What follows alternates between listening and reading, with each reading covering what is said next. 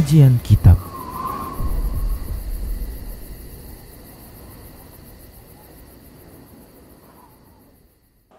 Bismillah, assalamualaikum warahmatullahi wabarakatuh.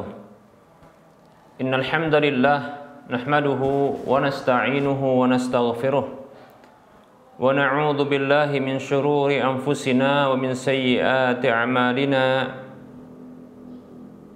May yahdihillahu fala mudilla lahu wa may yudlilhu fala hadiya lahu.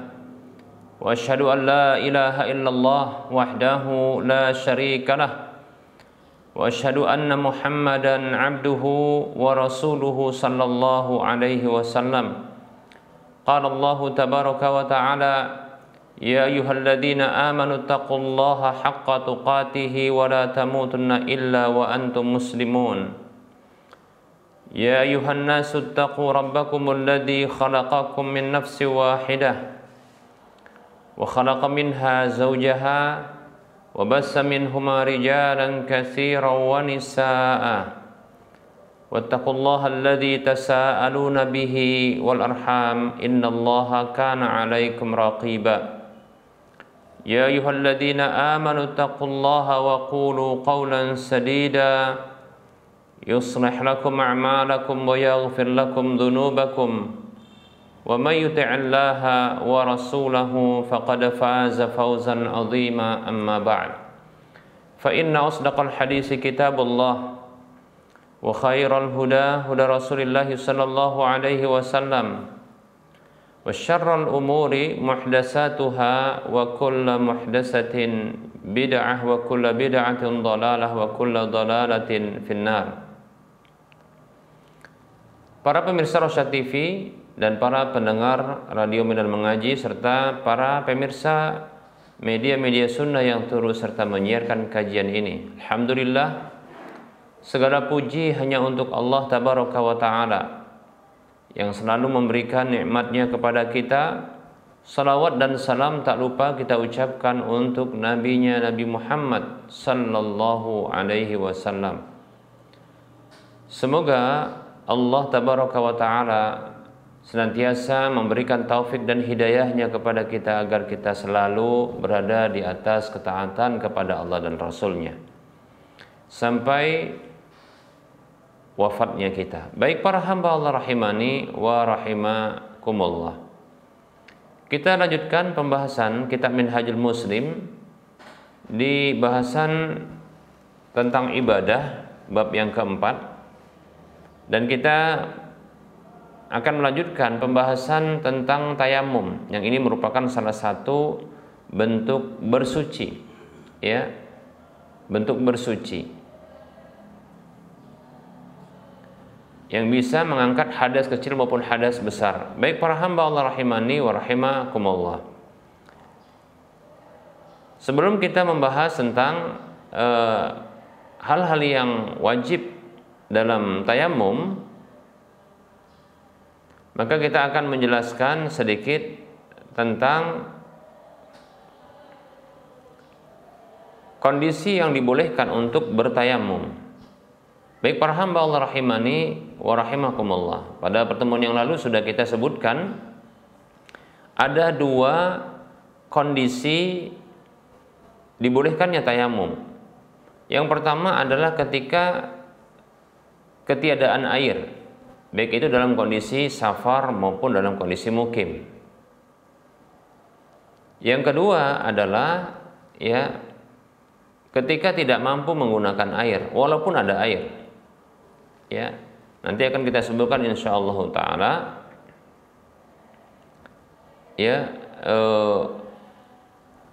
contohnya, walaupun sudah kita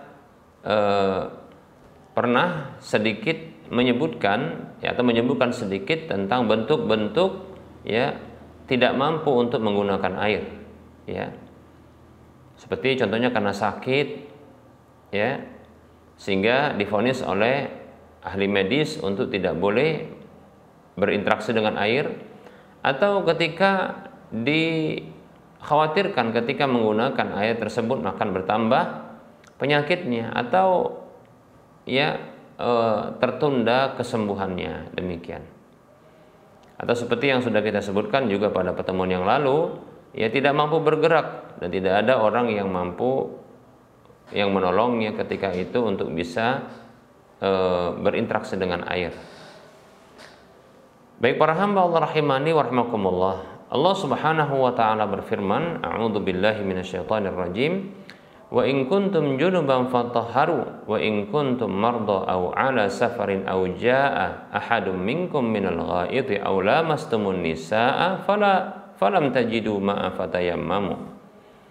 Allah berfirman dalam surah Al-Maidah ayat 6 yang artinya, dan apabila kalian dalam kondisi junub maka bersucilah, dan apabila kalian dalam kondisi sakit atau dalam kondisi safar, atau salah seorang di antara kalian itu baru datang dari buang air, atau kalian menyentuh wanita, yaitu berhubungan badan, lalu kalian tidak mendapati air, maka bertayamumlah.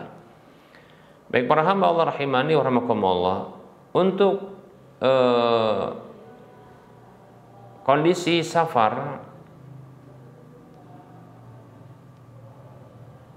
yang diperbolehkan untuk bertayamum ketika tidak ada air, tidaklah mesti safar tersebut safar yang lama.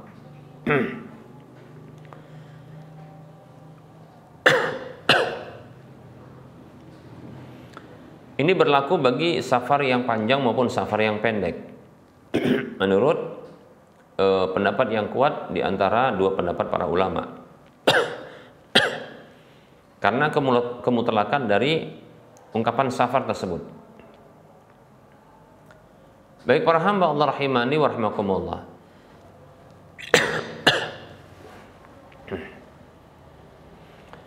Nah, ini berdasarkan hadis yang diriwayatkan oleh Imam Al-Bukhari dan Imam Muslim dari Ibunda Aisyah radhiyallahu anha. Beliau mengatakan, kharajna ma'a Rasulillah sallallahu alaihi wasallam fi ba'di asfarihi. Kami pernah keluar bersama Rasulullah sallallahu alaihi wasallam di sebagian safar beliau. Hatta idza kunna bil baida aw bidatil jaishi inqata aqdun li. Sampai tatkala kami berada di satu tempat yang luas atau berada di tengah pasukan, ya, ternyata kalungku itu terputus, hilang dariku. Kalung milikku itu terputus, hilang. Fa aqama an-nabiy sallallahu alaihi wasallam ala iltimasihi. Maka Rasulullah sallallahu alaihi wasallam ya menghentikan pasukan ya untuk mencari kalung tersebut. Wa aqama an-nasu ma'ahu wa laysu ala ma'in wa laysa ma'ahum ma'un.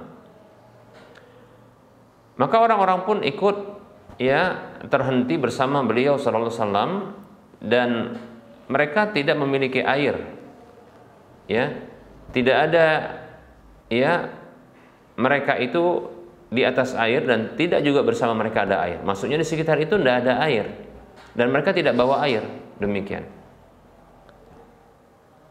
Fanama Rasulullah sallallahu alaihi wasallam hatta asbaha ala ghairi ma'in. Maka beliau pun sallallahu alaihi wasallam, Nabi Rasulullah sallallahu alaihi wasallam itu istirahat tertidur sampai waktu subuh, ya, tidak ada air.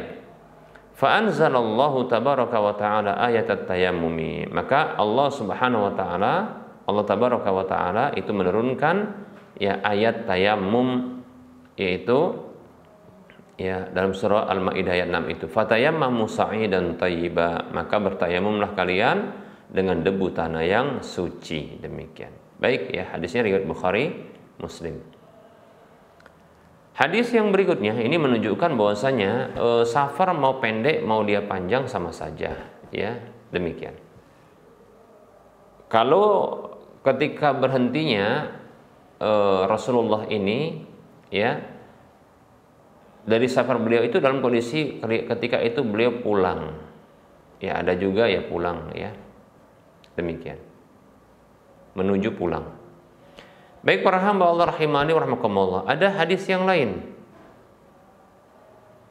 Hadis yang lain, hadis yang dikeluarkan oleh Imam Muwatta dalam kitab dalam kitab Muwatta oleh Imam Malik. Begitu juga Imam Baihaqi, ya, dengan derajat yang sahih sanadnya.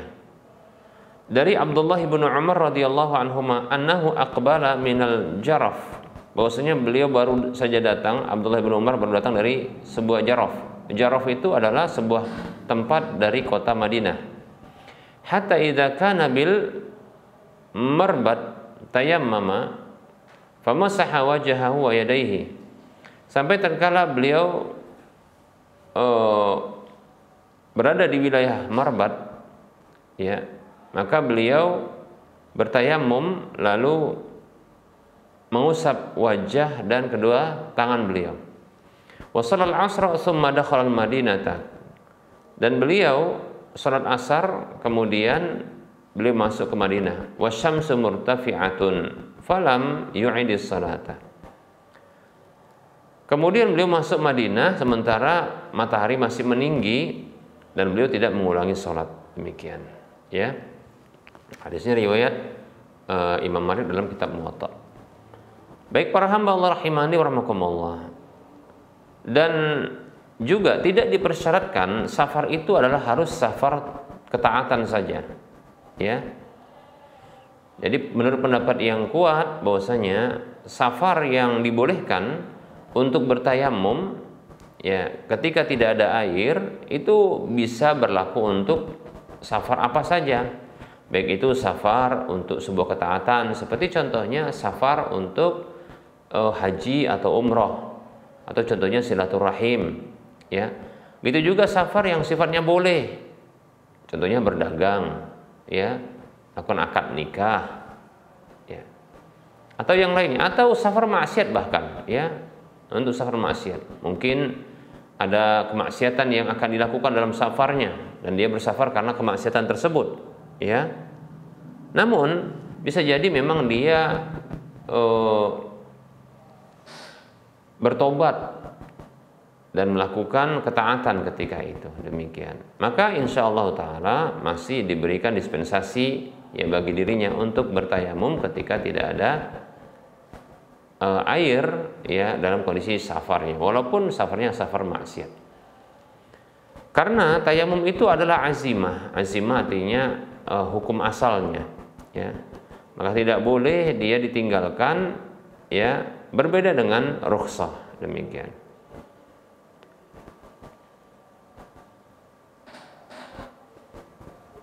Karena sesungguhnya hukum tidaklah khusus, ya, khusus safar itu, ya, tidaklah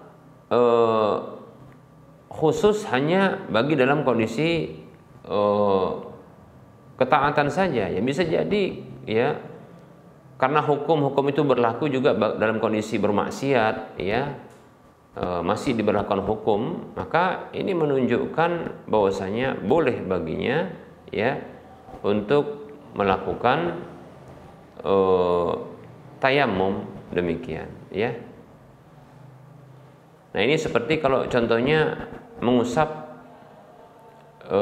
khuf, ya, atau mengusap kaos kaki, ya, dalam kondisi safar yang sifatnya adalah 3 hari diberikan dispensasinya, ya, 3 hari 3 malam, maka tetap dibolehkan insyaallah Ta'ala, walaupun mungkin safarnya itu adalah safar maksiat, karena bisa jadi dia bertobat dalam kondisi safarnya. Demikian, ya.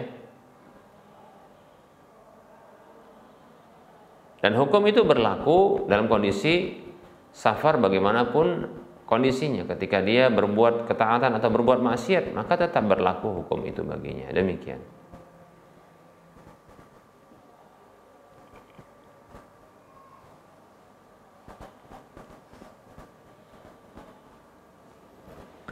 Baik para hamba Allah rahimani wa rahimakumullah.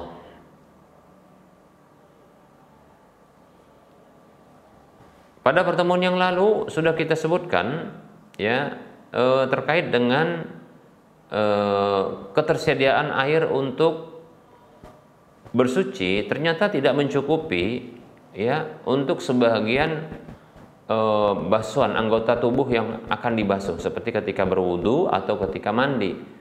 Ternyata tidak mencukupi untuk basuhan keseluruhan untuk menyempurnakan satu bentuk bersuci tersebut. Nah, ya. Dengan kata lain airnya sedikit, tersisa sedikit, demikian. Nah, bagaimana dalam hal ini? Apakah wajib baginya untuk tetap bertayamum, ya, ataukah boleh baginya untuk menggabungkan antara ya bersuci dengan air lalu sisanya dengan tayamum, demikian. Nah, ini ada perbedaan pendapat seperti yang sudah kita sampaikan pada pertemuan yang lalu, ya. Bahwasanya satu pendapat mengatakan ya menggabungkan antara membasuh dan bertayamum, demikian. Ini pendapatnya Imam Ahmad dan salah satu dari pendapat Imam Syafi'i, ya. Baik, pendapat yang kedua, ya membasuh itu gugur karena tidak mencukupi airnya, demikian. Baik itu wudu ataupun mandi, maka gugur karena tidak mencukupi airnya, maka beralih kepada tayamum. Demikian. Ini pendapat Imam Abu Hanifah, Imam Malik, dan salah satu dari pendapat ulama mazhab Syafi'i. Baik para hamba Allah rahimani wa rahimakumullah.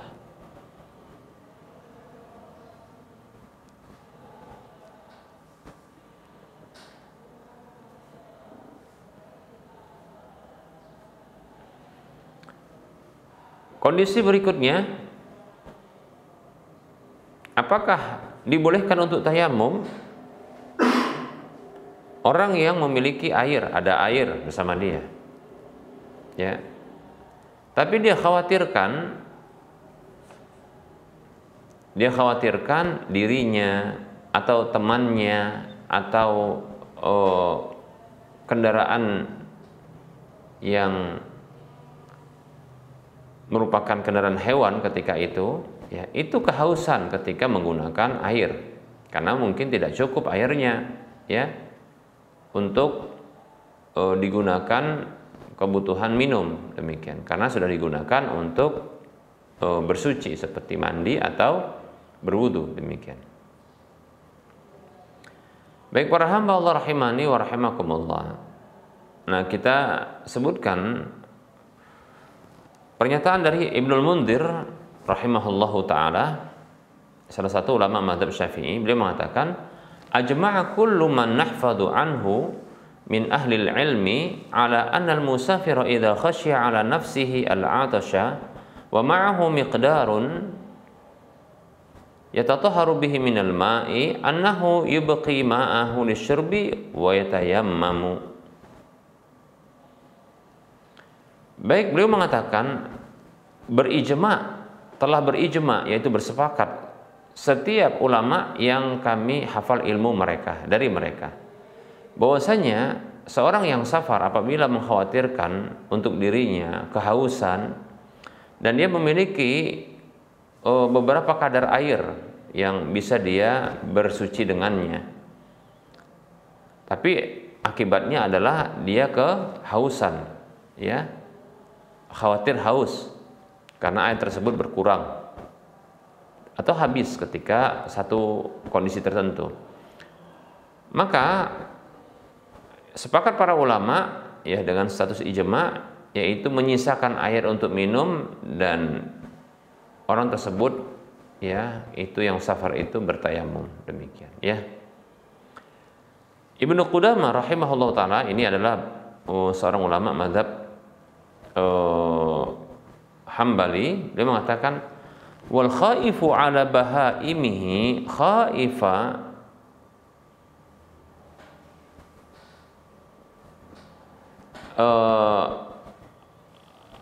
khaifun min diya'i malihi fa ashbaha ma law wajada ma'an bainahu wa bainahu lisan au siba yakhafu ala bahimatihi aw syai'un min malihi wa in wujida atusyanu yakhafu talafahu lazimahu, ya, saqyuhu atau suqyuhu, ya, wa yatayammama, demikian. Baik, Ibnu Qudamah mengatakan orang yang khawatir terhadap hewan ternaknya seperti kekhawatiran orang yang kehilangan hartanya, maka itu kondisinya mirip dengan orang yang apabila dia mendapati air, ya, sementara antara dirinya, ya, itu di antara dirinya dengan harta air tersebut itu ada perampok, ya, ada perampok atau ada pencuri atau ada binatang buas yang dikhawatirkan untuk menerkam hewan ternaknya atau mengambil dari hartanya, demikian. Yaitu tadi yang mengambil dari hartanya ini seperti pencuri atau tadi hewan buas yang akan menerkam, ya, hewan ternak yang menjadi hartanya, ya, maka itu sama. Wa in wajada ya atsyan wa in wajada atsyan yakhafu talafahu lazimahu, ya, saqyuhu, ya, wa yatayammam, ya. Nah, apabila, ya, dia dapati rasa haus yang dia khawatirkan, ya, kehilangan nyawanya, ya, maka wajib baginya untuk dia minum, ya, dan dia bertayamum. Nah, demikian, ya. Ini perkataan Ibnu Qudamah. Baik para hamba Allah rahimani wa rahimakumullah. Nah, ini kondisi berikutnya, ya, kondisi berikutnya. Ini kita sebutkan kondisi-kondisi penting karena apa? Bisa jadi ini menimpa kita, ya.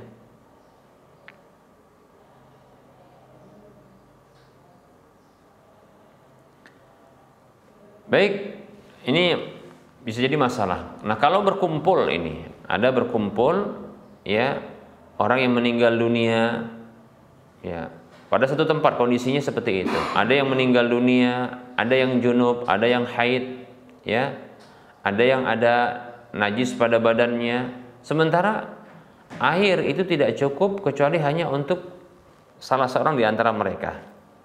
Siapa yang lebih berhak untuk didahulukan? Nah, ini dia, ya. Ada yang meninggal dunia, ada yang junub, ada yang haid, demikian. Yang meninggal dunia harus dimandikan, yang junub harus dia mandi mengangkat hadas besarnya, yang haid sudah selesai dari haidnya dan harus diangkat hadas besarnya. Ada orang yang dia punya najis di badannya, demikian. Sementara nggak cukup air itu kecuali hanya untuk satu di antara mereka tadi. Siapakah yang paling berhak? Nah, di sini tentunya kita akan merinci. Yang pertama, apabila air itu dimiliki oleh salah seorang di antara mereka. Ternyata air itu adalah milik salah satu dari mereka ini. Maka dipastikan oleh jumhur ulama dia yang berhak. Orang itu berhak, demikian, ya.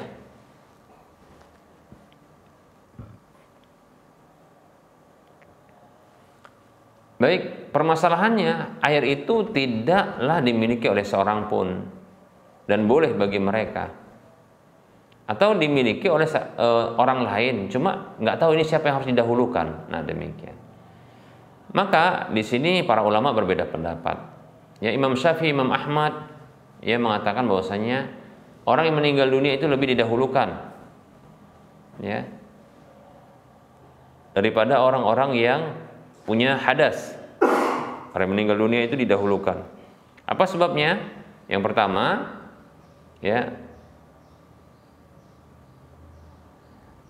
karena sudah wafat, ya, tidak ada peluang untuk bisa mendapatkan air lagi. Nah, itu dia, ya. Nah, ini luar biasa ini, ya. Alasannya masuk akal juga. Ya, kenapa kok mayit yang didahulukan? Karena dia tidak bisa mencari, ya, maka dia didahulukan. Orang yang hidup masih bisa mencari air. Nah, seperti itu. Orang yang mati tidak bisa, ya, maka dia didahulukan.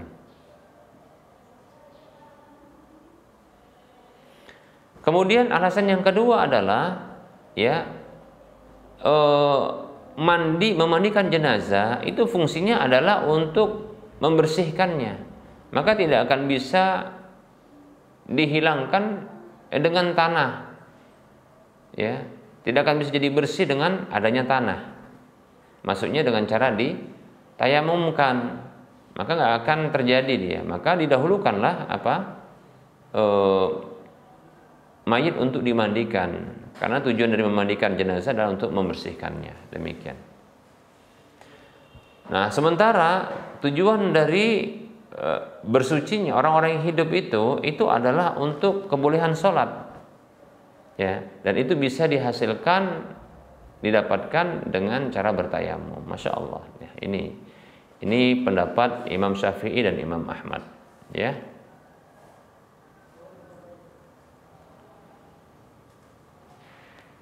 Nah, sementara para ulama-ulama mazhab Syafi'i dan ulama mazhab Hambali malah berbeda dengan para ulama pencetus dari mazhab tersebut. Mereka berpendapat malah sebaliknya. Orang yang punya najis itu yang lebih didahulukan. Ya. Lebih didahulukan orang yang punya najis, ya, untuk bisa menggunakan air.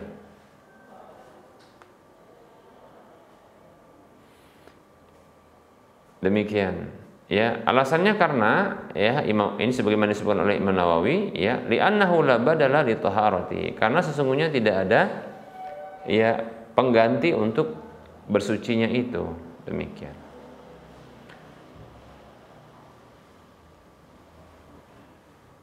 Kemudian ada pendapat yang lain, ya, bahwasanya wanita yang haid itu lebih berhak untuk bisa mendapatkan air ketimbang orang yang junub. Kenapa? Karena lebih terhitung besar dia hadasnya lebih besar, ya, dan di situ ada najis yang harus dibersihkan. Nah, itu dia, ya.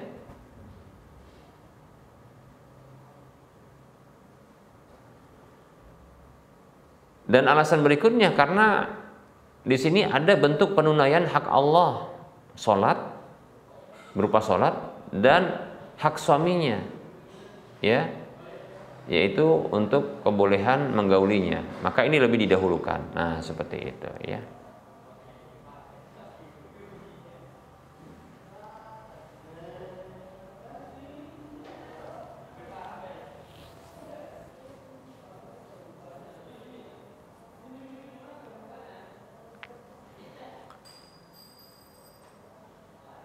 Baik para hamba Allah rahimani wa rahmakumullah.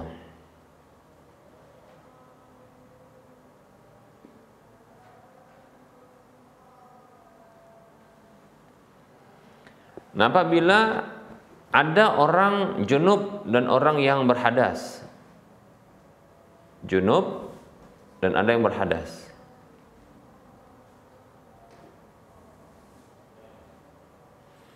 nah, kalau ayat tersebut, ya, cukup untuk mandi, maka orang yang junub itu lebih didahulukan, ya. Ini terkait dengan air yang ada ketika itu. Maka orang yang junub didahulukan, ya, karena dengan alasan tadi airnya cukup untuk mandi. Tapi kalau nggak cukup untuk mandi, maka didahulukan orang yang berhadas kecil, ya, untuk dia berwudu. Nah, seperti itu. Nah, apabila berkumpul kondisinya, ada orang yang meninggal dunia, kemudian ada juga orang yang badannya kena najis, ya, mana yang didahulukan? Maka para ulama berbeda pendapat, ya.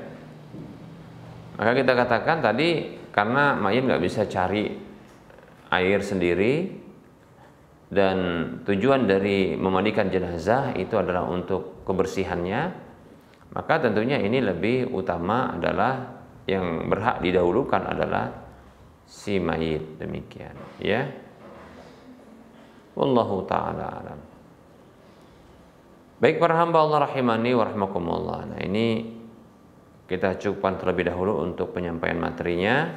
Ya, ini kondisi-kondisi di mana siapa yang lebih berhak, ya, untuk dia menggunakan air daripada yang bertayamum.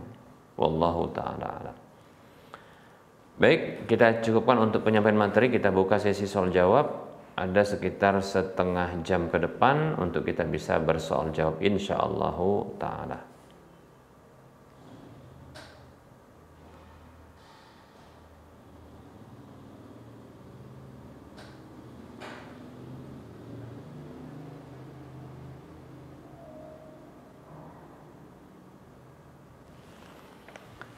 Baik, ini ada pertanyaan.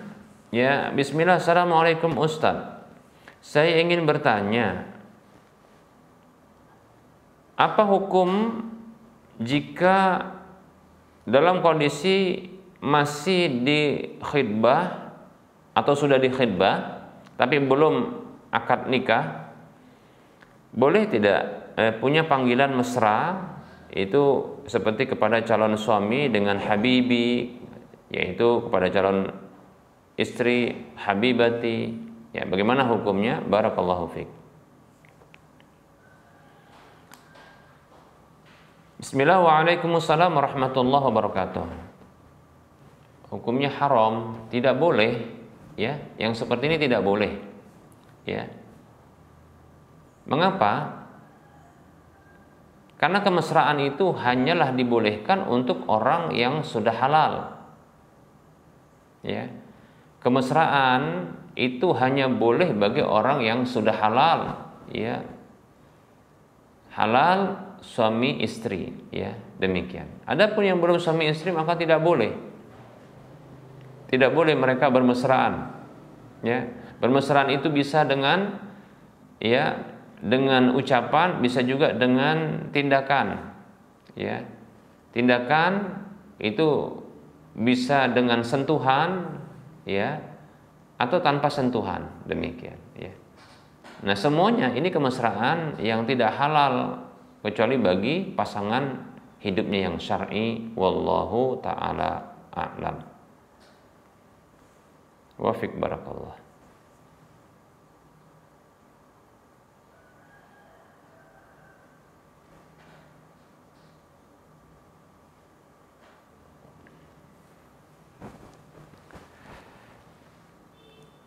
Ada pertanyaan berikutnya. Bismillahirrahmanirrahim. Assalamualaikum warahmatullahi wabarakatuh. Ustaz, semoga Allah menjaga antum dan keluarga. Ada pertanyaan, jika orang tua menghibahkan dua barang, yaitu kendaraan, kepada dua orang anaknya, sedangkan anaknya ketiga dan anaknya ketiga tidak mendapatkannya. Dan status anak ketiga ini belum menikah kecuali hanya anak pertama saja. Apakah berhak anak ketiga tadi meminta haknya dari anak pertama, kedua, dari apa yang dihibahkan orang tua kepada mereka? Demikian, ya.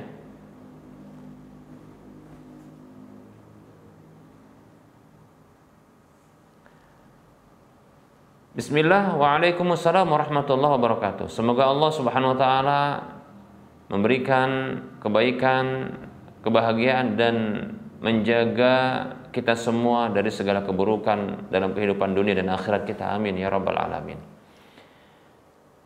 Pembahagian harta dalam kondisi orang tua masih hidup kepada anak-anaknya ketika terjadi ketidakadilan, maka, ya, para ulama ada yang mengatakan, ya, bahwasanya tidak sah, ya, pembagian tersebut sehingga kembali kepada orang tuanya. Ada yang mengatakan sah tapi berdosa, demikian, ya. Wallahu taala alam, ya. Yang jelas ada larangan. Ya, yang jelas ada larangan orang tua memberikan hibah atau hadiah kepada anaknya dengan tidak adil. Nah, ini berdasarkan hadis yang sahih, ya, kalau tidak salah juga diriwayatkan oleh Imam Muslim dan yang lainnya, bahwasanya hadis ini dari Nu'man bin Bashir kalau tidak salah hadisnya, ya. Bahwasanya ayahnya Bashir, ya, radhiyallahu anhu itu pernah memberikan hadiah kepada Nu'man radhiyallahu anhu. Sementara ibu Nu'man, istri Bashir, ya, radhiyallahu anhum, itu berkomentar tidak ridho karena Bashir memiliki anak-anak lain selain Nu'man, ya. Istrinya mengatakan, aku tidak ridho sampai engkau jadikan Rasulullah SAW sebagai saksi atas hal ini.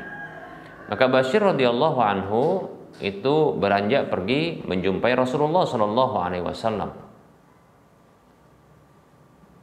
untuk menanyakan kondisi seperti ini. Maka Rasulullah bertanya kepada Bashir, apakah engkau punya anak selain Nu'man? Maka Bashir mengatakan, iya. Kemudian Rasulullah bertanya lagi, apakah engkau memberikan hadiah kepada mereka sebagaimana engkau berikan hadiah kepada Nu'man? Tidak. Itu jawaban Bashir. Lalu Rasulullah SAW bertanya lagi, apakah engkau inginkan mereka itu berbakti kepadamu dengan kondisi yang sama, yaitu semuanya berbakti kepada orang tuanya, yaitu si Bashir tadi, dengan porsi yang sama? Jawaban Bashir, iya. Lalu Rasul mengatakan, fala idzan, kalau begitu tidak boleh. Kalau gitu tidak boleh. Lalu dalam yang lain disebutkan, aku tidak mau bersaksi di atas sebuah kezaliman. Fala ushidu ala jaurin. Aku tidak mau bersaksi di atas sebuah kezaliman. Demikian. Itu sebuah kezaliman. Dalam satu riwayat, ya, hadiah itu kembali kepada Bashir, yaitu Bashir menarik kembali hadiah tersebut. Nah, disinilah yang para ulama ini mereka berbeda pendapat. Apakah ya batal hadiah tersebut, ya, demikian, ya, ataukah hadiah tersebut ya bisa tetap diberikan, ya, tapi nanti porsi akan diberikan yang sama kepada anak yang lainnya, demikian. Wallahu taala alam. Yang jelas ada larangan, ya, sebaiknya tidak dilakukan, ya. Maka orang tua dalam hal ini, ya, hendaknya mereka ini ya adil.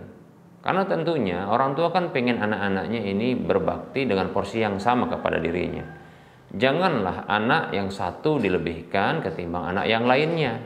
Demikian, ya. Ini membuat anak yang tidak mendapatkan hadiah akan cemburu, ya.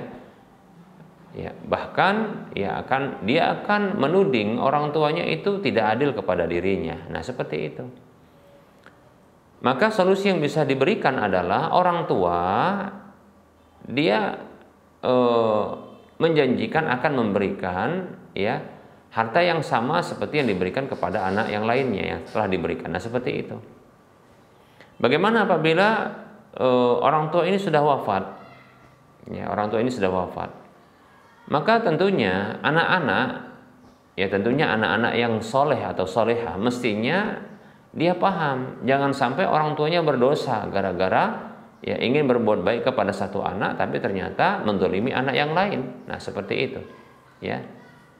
Maka anak yang sudah mendapatkan hadiah, maka hendaklah, ya, dia bisa melakukan beberapa hal berikut ini. Pertama adalah, ya, dikembalikan hadiahnya tersebut, ya, hadiah orang tuanya dahulu yang pernah diberikan kepada dirinya itu kepada atau menjadi harta warisan. Nah, seperti itu. Atau, ya, nilai dari hadiah tersebut, ya, nilai dari hadiah tersebut itu dikembalikan kepada harta warisan. Demikian, ya. Nilai dari hadiah tersebut saat itu dijadikan sebagai dikembalikan kepada warisan. Atau bisa juga, ya, bahwasanya nilai dari hadiah tersebut Karena tadi kasusnya ada 3 anak, maka ini nilainya semuanya hadiah yang diberikan kepada semua anak, tidak kepada satu anak, itu dinilai lalu nanti dibagi 3. Lalu si anak yang tidak mendapatkan, dia mendapatkan sepertiganya. Nah seperti itu. Ya, kalau contohnya nilai dari hadiah tersebut ternyata 15 juta.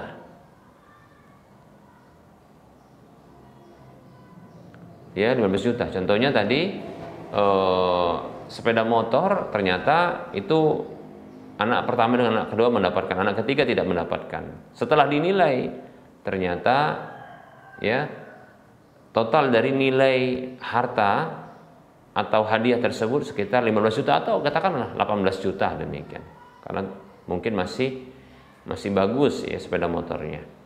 Maka ini dibagi 3. Ya dibagi 3. Maka sepertiganya itu diberikan kepada si anak yang terakhir, adiknya, demikian. Ya, jadi 6 juta diberikan kepada si adik. Nah, demikian. Lalu dijelaskan, ini 6 juta ini adalah ya pembahagian yang sama dari hadiah yang pernah diberikan oleh orang tua. Sehingga nanti dia ya bisa berbakti juga seterusnya sampai walaupun orang tuanya sudah wafat, demikian. Dengan terus dia banyak mendoakan kebaikan untuk orang tuanya. Nah, seperti itu, ya. Wallahu taala alam. Semoga ini memberikan pencerahan. Wa fiik barakallah wa anta fajazakallahu khairah.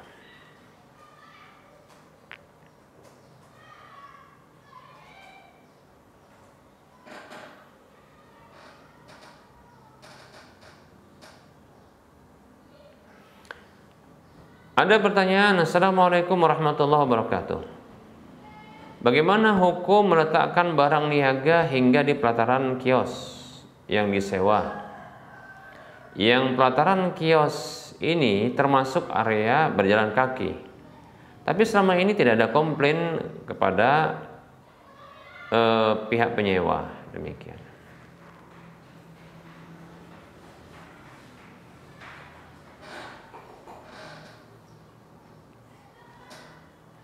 Bismillah, waalaikumsalam warahmatullahi wabarakatuh.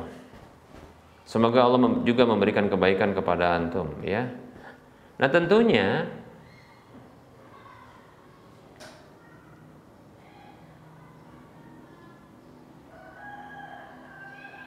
pejalan kaki itu memiliki hak, ya seperti trotoar, ya itu adalah hak mereka, hak pejalan kaki. Bila digunakan, ya hak tersebut yang sesungguhnya orang yang berjualan itu juga berhak terhadap jalan itu, trotoar tersebut. Tapi trotoar tersebut digunakan untuk meletakkan barang dagangan. Maka sebesar ya kadar terganggunya pejalan kaki, dia terganggu ya sehingga harus contohnya menuruni jalan, ya harus dia menikung contohnya, sebesar ya takaran tertentu pejalan kaki itu terganggu dengan adanya barang dagangan yang ada di trotoar tersebut, itu jalanan bagi pejalan kaki, maka sebesar itu juga kedoliman yang dilakukan kepada mereka. Nah, seperti itu, ya. Kan ada orang dia lebih sulit, contoh lagi hujan. Kalau di trotoar mungkin tidak tidak becek. Nah, akhirnya karena ada barang dagangan yang diletakkan contohnya yang menutupi trotoar untuk jalan kaki bagi pejalan kaki, sehingga pejalan kaki ini turun contohnya ke bawah. Setidaknya turun ini kan memakan energi juga. Ya, atau dia menggerutu. Atau contohnya karena ke bawah itu becek sehingga mungkin basah sepatu dan kakinya atau sandalnya, demikian kena kakinya. Maka tentunya dia terdolimi atas hal ini, ya. Nah, sebesar itulah dia orang yang berjualan ini, ya ini mendoliminya. Nah, seperti itu. Apabila banyak orang seperti ini, maka banyak pula kedolimannya. Nah, seperti itu. Ya. Kalau contohnya tidak ada orang pejalan kaki di sana, di situ tidak ada orang berjalan kaki, sudah diamati tidak ada berjalan kaki, berarti tidak ada orang yang terzalimi, ya, tidak ada orang yang terzalimi ketika itu, ya maka wallahu taala alam, karena tidak ada yang terzalimi maka ya tidak ada dosa. Tapi kalau ada yang terzalimi, lebih-lebih itu adalah jalanan yang sering dilalui, terzalimi karena contohnya harus menurun lagi, turun dia, atau tadi dalam kondisi hujan sehingga harus kena sepatu ya dan sandalnya, kakinya dengan air yang tergenang, maka ini bentuk kezaliman tentunya, ya. Wallahu taala alam. Ingat, komplain itu bukan menunjukkan ketiadaan kezaliman. Karena ada orang yang dia dizalimi tapi tidak komplain, ya. Bahkan ada orang yang dizalimi dia itu malah tertawa. Contohnya apa? Dipukul, dia tertawa, padahal sakit. Diejek, sudah dicemarkan nama baiknya, tapi dia masih senyum, nggak ada komplain. Pertanyaannya, apa tidak ada kezaliman? Nah seperti itu ya. Jadi komplain itu bukan menunjukkan ketiadaan kezaliman. Wallahu ta'ala alam.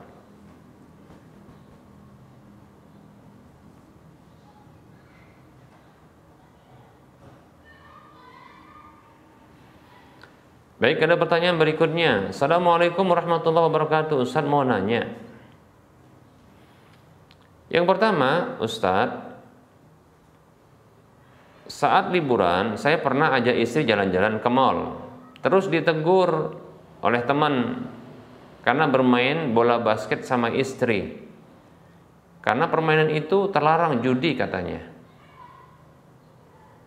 Anak tanya dalil larangannya, dia tidak tahu. Anak ajak istri, tujuannya menyenangkan istri. Apa hukum bermain bola basket di time zone, Ustaz? Apakah benar haram, Ustaz? Yang kedua, apakah hukum promo bayar seikhlasnya dalam jual beli? Promo bayar seikhlasnya dalam jual beli. Baik, ya.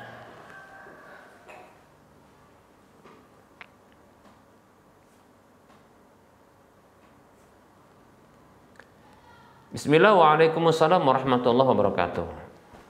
Hukum bermain di time zone.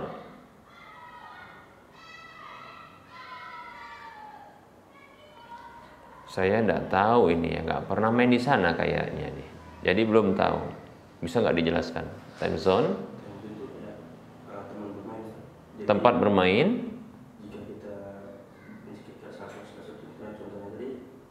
Basket. Banyak tiket yang keluar. Baik. Baik, ya. Dan ada pembayaran. Baik. Baik ya, hukum bermain di time zone.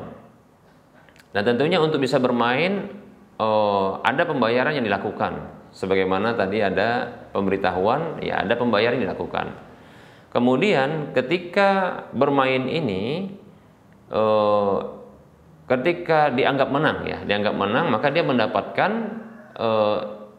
semacam kupon-kupon hadiah nanti yang bisa ditukar dengan hadiah. Ya. Nah, apabila nanti ini didapatkan hadiah, ya. Bila tidak dapat hadiah maka kalah, bila dapat hadiah maka menang. Seperti itu. Walaupun hadiahnya dalam bentuk kupon-kupon tersebut nanti karena bisa ditukar, ya. Maka ini bentuk judi, ya. Kalau ditanya apa hukumnya adalah, ya, itu judi. Kalau ditanya dalilnya, maka dari sisi, ya, definisi judi, ya, judi, ya, maka definisi judi adalah memberikan sebagian harta, ya.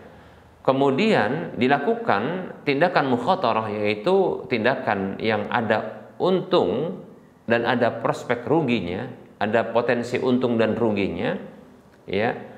Seperti tadi disebutkan dia harus membayar terlebih dahulu, itu merupakan bentuk Kalau bahasa kita ngesum ya, ngesum itu bahasa Inggris seperti sum itu ya.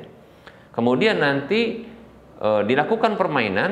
Nah, apabila permainan ini dimenangkan ya, maka ini adalah keuntungan bagi pemain dan di sini bisa jadi kerugian bagi sang pemilik permainan kan begitu, karena ada yang berkurang dari hartanya. Demikian. Dan bisa juga ya kalah, potensi kalah, ya katakanlah kalah, ya tidak menang. Maka di sini tentunya rugi. Kenapa bisa rugi? Karena tentunya ada uang yang telah dikeluarkan di awal, kemudian rugi tidak mendapatkan apapun, walaupun dapat kesenangan, ya, tapi itu merupakan bentuk judi. Nah, keuntungan itu didapatkan oleh pemilik permainan tersebut. Nah, ini untung-untungan mukhatarah. Ya. Ya, para ulama menyebutkan ya ketika menyebutkan tentang definisi dari gharar, bai'ul gharar, yaitu bai'un tadammana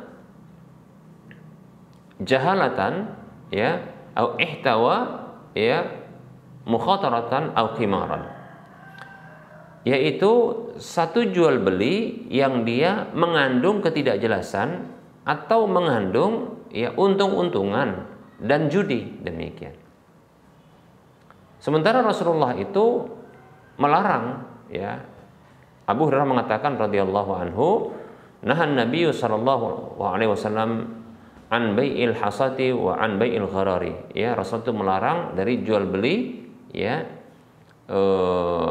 dengan melempar batu atau jual beli gharar, demikian. Itu melarang. Nah, seperti itu. Ya. Tadi ada untung-untungannya. Jadi gharar itu jual beli gharar. Apa bentuknya? Yaitu tadi memberikan uang, pembayaran untuk bisa main. Ini memberikan uang, ya. Ini dianggap sebagai alat belinya. Kemudian tadi kadang untung bisa kadang menang, ya. Dengan untung dapat kupon yang bisa ditukarkan ditukarkan dengan hadiah. Nah, ini merupakan bentuk ya jual beli gharar, demikian. Bahkan ini juga termasuk bentuk judi. Nah, itu terlarang, tidak boleh.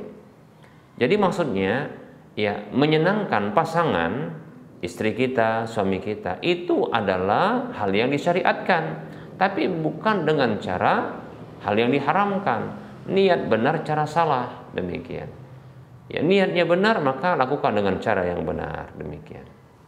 Baik, pertanyaan yang kedua terkait dengan hukum promo bayar seikhlasnya. Bayar seikhlasnya. Baik, bayar seikhlasnya tentunya ini adalah bentuk jual beli, ya. Ingat, ini saya rinci dulu, ya. Apakah bila, atau kita katakan langsung saja dalam bentuk rincian, ya. Bila orang yang memiliki perniagaan atau jual beli seperti ini, dia memperlakukan jual beli seperti ini, ya, yaitu bayar seikhlasnya, itu bentuk promosinya. Bila ternyata dia ridho tidak dibayar, ya, dia hanya memberikan makanan atau memberikan barang, tapi dia ridho untuk tidak dibayar ketika ada orang yang mengambil barangnya, maka ketahuilah ini aslinya bukan jual beli.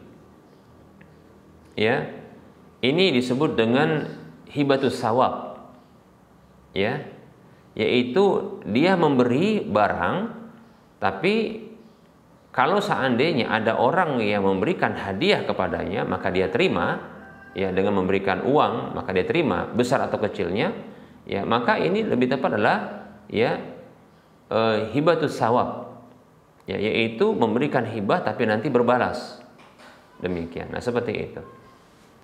Bahkan Rasulullah SAW itu ya menerima hadiah dan beliau juga membalas hadiah tersebut. Ya, dalam hadis yang sahih kalau salah diriwayatkan oleh Imam Bukhari, demikian. Nah, seperti itu. Imam Muslim juga kalau tidak salah, ya. Itu adalah Rasulullah menerima hadiah dan beliau membalas hadiah. Seperti itu, ya. Ingat, kondisinya apabila ya ada orang yang mengambil barangnya ketika dia membuka dagangan seperti ini, lalu dia ridho, ada orang yang tidak bayar. Maka yang seperti ini sesungguhnya bukan jual beli. Seperti itu ya. Namun apabila dia tidak ridho, bila ada orang yang dia mengambil barangnya, hanya dia ridho kalau ambil itu tetap bayar walaupun sedikit. Ya. Maka ya ini pun dirinci. Ini pun dirinci. Bila barang yang diambil itu ditunjukkan kepada sang pemilik barang, sang penjual. Dan uang yang dibayarkan itu juga diketahui oleh sang pemilik barang. Barang yang diambil itu diketahui, ya. Kemudian uang yang dibayarkan walaupun seikhlasnya tadi itu ketahuilah, ya. Ini jual beli yang tidak ada unsur ghararnya, yang tidak ada unsur ketidakjelasannya. Karena semuanya jelas dan itu ada keridhaan, demikian. Maka yang seperti ini dibolehkan insyaallah taala. Namun kondisinya apabila ya barang yang diambil itu tidak diketahui atau diketahui, tapi pembayaran uangnya tidak diketahui, nilainya tidak diketahui. Seperti contohnya dimasukkan ke kotak, ya. Sementara dia tidak ridho apabila orang yang mengambil barangnya itu tidak bayar sama sekali. Maka ketahuilah ini jual beli gharar. Kenapa? Karena sesungguhnya itu tetap jual beli. Kenapa dijual beli? Karena dia tidak ridho ada orang yang tidak bayar bila mengambil barangnya. Berarti itu jual beli seluruhnya. Ya. Nah, ketika terjadi jual beli ternyata pembayarannya tidak jelas.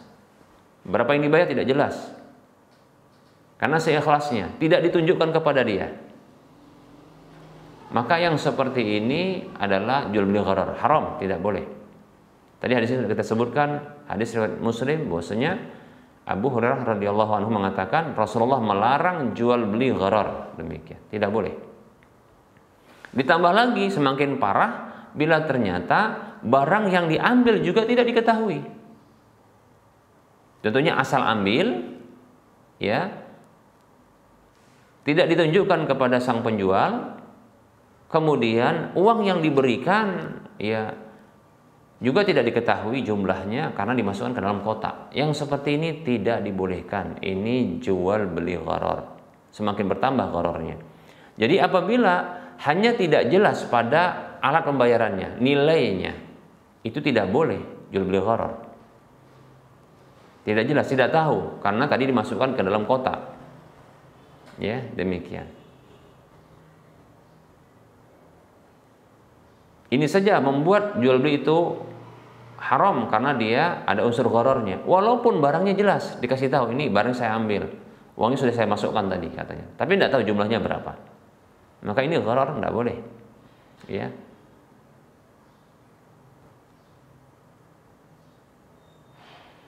Lebih-lebih apabila barang yang diambil tidak diketahui jumlahnya. Begitu juga alat pembayarannya, nominalnya atau nilainya tidak diketahui. Ini bertambah ghararnya. Yaitu gharar pada barangnya dan gharar pada samannya. Jadi saman dan musman itu gharar, bertambah dia. Salah satu saja ini bisa buat haram. Ya, wallahu taala a'lam. Wa anta fajazakallahu khairan. Baik para hamba Allah rahimani wa rahimakumullah, barangkali ini saja materi yang bisa kita sampaikan pada pertemuan kali ini, ya. Karena sudah mendekati waktu masuknya sholat zuhur untuk orang Medan dan sekitarnya. Tentunya dalam penyampaian ini banyak kekurangan dan kesalahan. Kebenaran itu datang dari Allah Subhanahu wa taala, maka ambillah, terimalah, dan kekurangan serta kekeliruan dan kesalahan itu datang dari saya pribadi dan bisikan syaitan, maka abaikan, tinggalkan, dan jangan lupa maafkan. Kepada Allah saya mohon ampun dan kepada para pemirsa dan para pendengar sekalian saya mohon maaf. Sebelum kita mengakhiri perjumpaan ini, seperti biasa kita memberikan motivasi kepada kaum muslimin, saudara seiman, saudara seislam. Mari kita berdonasi untuk membangun Masjid Al-Muwahhidin, ya, Masjid Al-Muwahhidin yang nantinya insya Allah Ta'ala akan dijadikan sebagai pusat kajian keislaman di wilayah Medan dan sekitarnya. Nilai proyek dari pembangunan Masjid Al-Muwahhidin ini sekitar 41 miliar. Nah, ini kita punya peluang yang besar, ya, sangat besar, ya.